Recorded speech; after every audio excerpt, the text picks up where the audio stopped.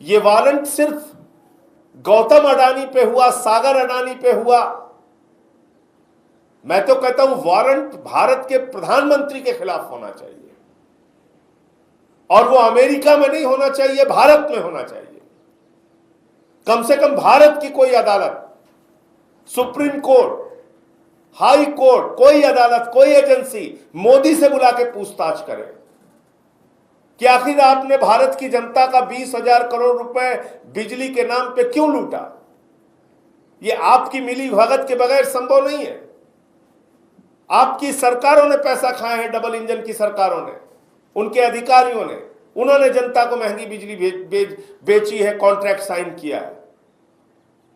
तो भारत की अदालत में कम से कम, मैं अमेरिका में जो जांच गौतम अडानी और सागर अडानी की चल रही है, वो एक बिजनेसमैन है, उनके खिलाफ जो तथ्य पाए जाएंगे, जो सबूत पाए जाएंगे, उसके आधार पर कार्रवाई होगी।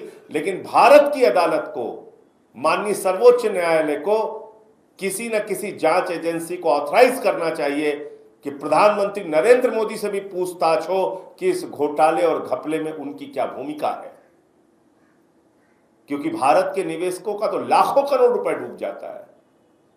प्रधानमंत्री और अमित शाह के बयान और वित्त मंत्री के बयान उसके लिए जिम्मेदार होते हैं, लेकिन यहां कोई जांच नहीं होती। सेबी की प्रमुख का नाम आता है भ्रष्टाचार में, कोई जांच, कोई कार्रवाई नहीं होती। और अभी इतना बड़ा खुलासा हुआ है कि जहां जहां प्रधानमंत्री जाते हैं, वहां वहां मोदी का अडानी का ठेका पहुंच जाता है। और इतना सारा रिश्वतखोरी और भ्रष्टाचार का मामला सामने आया। भारत में अधिकारियों को 2125 करोड़ रुपए की रिश्वत दी गई। अलग अलग राज्यों में महंगी बिजली बेचने का ठेका दिया गया, 12,000 मेगावाट का ठेका दिया गया अडानी को। तो प्रधानमंत्री की मिली भगत के बगैर, नरेंद्र मोदी और भाजपा की मिली भगत के बगैर ये संभव नहीं है। इसलिए Supreme Court monitored inquiry, Supreme Court की निगरानी में जांच भारत के अंदर भी होनी चाहिए।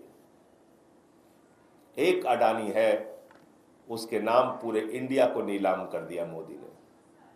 आकाश में चले जाइए तो एयरपोर्ट अडानी का, पाताल में चले जाइए तो कोयला अडानी का, गैस अडानी का, जमीन पे आ जाइए तो रेल अडानी की, सेल अडानी की, सड़क अडानी की, बिजली अडानी की, पानी अडानी का,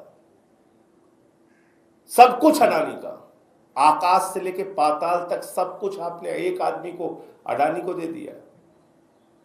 तो इसलिए पूरे इस मामले में पूरे देश का सिर शर्म से झुक गया है कि एक रिश्वतखोर, भ्रष्टाचार को बढ़ावा देने वाली कंपनी देश के अंदर राज कर रही है, जिसके संरक्षक, जिसके मुखिया, जिसके भाई, जिसके दोस्त कोई और नहीं, प्रधानमंत्री नरेंद्र मोदी और पूरी की पूरी भाजपा है।